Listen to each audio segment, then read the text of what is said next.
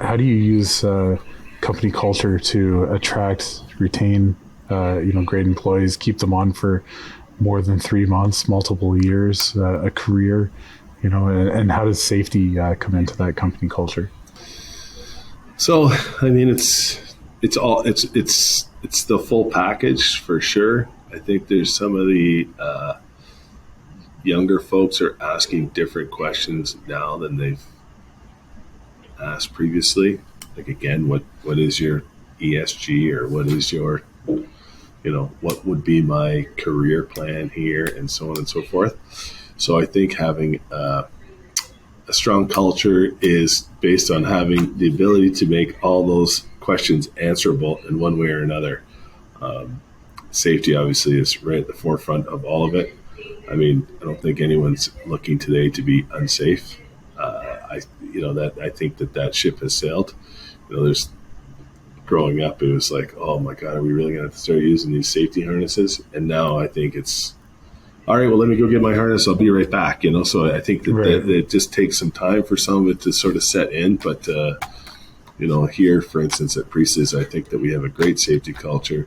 I think we have a great human culture within the organization. And, some of our values and some of that is family. I think you want to try and treat people the way you'd want to be treated.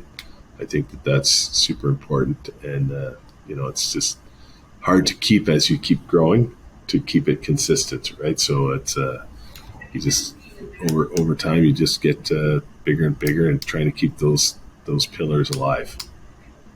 Our social media, you spoke to our Instagram. Yep. I mean, we use that for a retention, or a trying to find people, high performers, but also trying to retain people, right? So I think you want to try and tell the story to someone who works in a part of the operation, doesn't see how we take down a bridge on a Saturday night, or how we take down the inside of Union Station, and so on and so forth. Yeah, you're using it to celebrate the work, of the team, right? To showcase some of this amazing work that's often done after hours, and people can then share that that account and say, hey, that I was on that job, that's me in the picture. Well, and I think really cool too, it's the people who are actually doing the work, sometimes they don't even really realize how well they're doing it, or getting recognized for it too, right? So it's the people that are doing the back of house work to make the work happen, the people that are actually making the work happen out on site to be recognized. And you get the odd person walk through the door here and says, I want to run a machine, I want to run a high reacher, I want to run a machine on a bridge demolition one day. Well, gotta start somewhere, might as well start right here. So talking about the next generation, kind of coming in, interviewing, joining the company. My first question there, I'm curious, do they ask about safety up front? Is it like a two-way interview? Has it come that far? We're seeing more and more of it, for sure.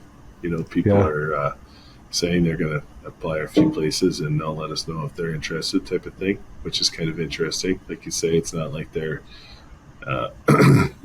looking at one option.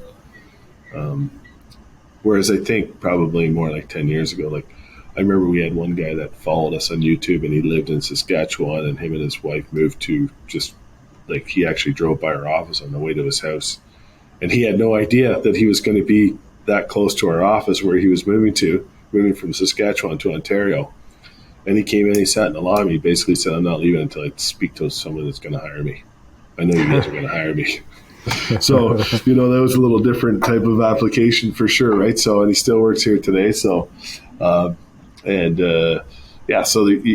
sometimes you find someone like that's just very passionate about the industry as a whole, and, very comfortable with what they see with the social media and so on and so forth. And they've made up their mind this is where they want to be, which is fantastic.